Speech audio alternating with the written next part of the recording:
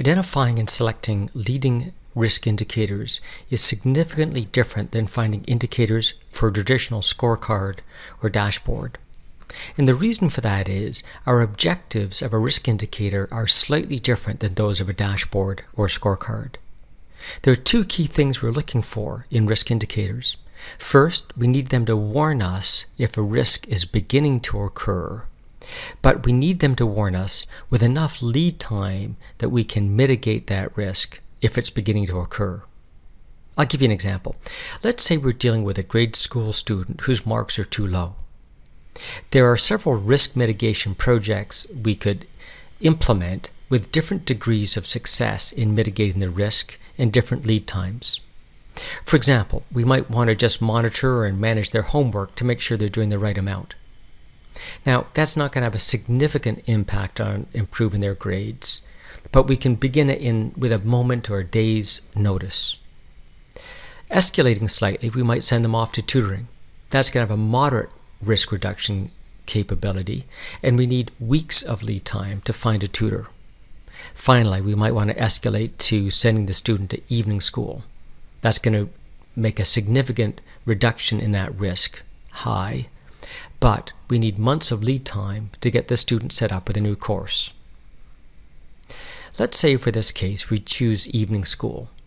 So we now need to find an indicator that will give us months of lead time notice so that we can find out whether we need to begin working on getting the student into evening school.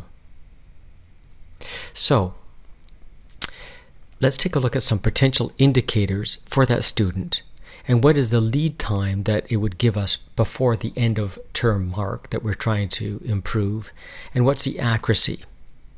So one potential indicator is waiting until the end of term.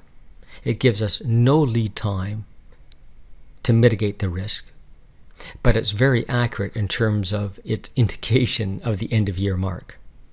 So another indicator is, say, the tests and quizzes that occur throughout the year. Now that'll give us a month's lead time to that end of term mark. So it's not certainty, but there's a high accuracy of that measure.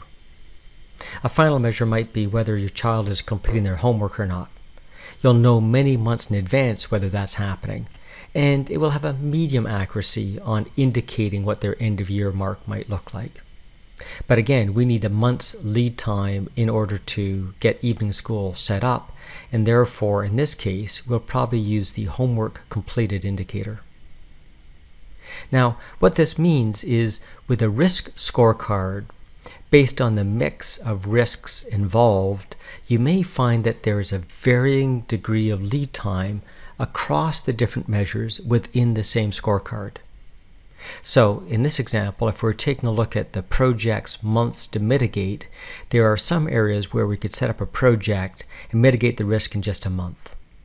There's others that we might need 2 months of lead time, others say 4, some 8, and even others a full year. So the idea is, as we come to find risk indicators on this scorecard, they're going to be looking out different periods of time based on the amount of lead time we need to mitigate that risk. This is unusual for a typical scorecard, but usual for a risk scorecard.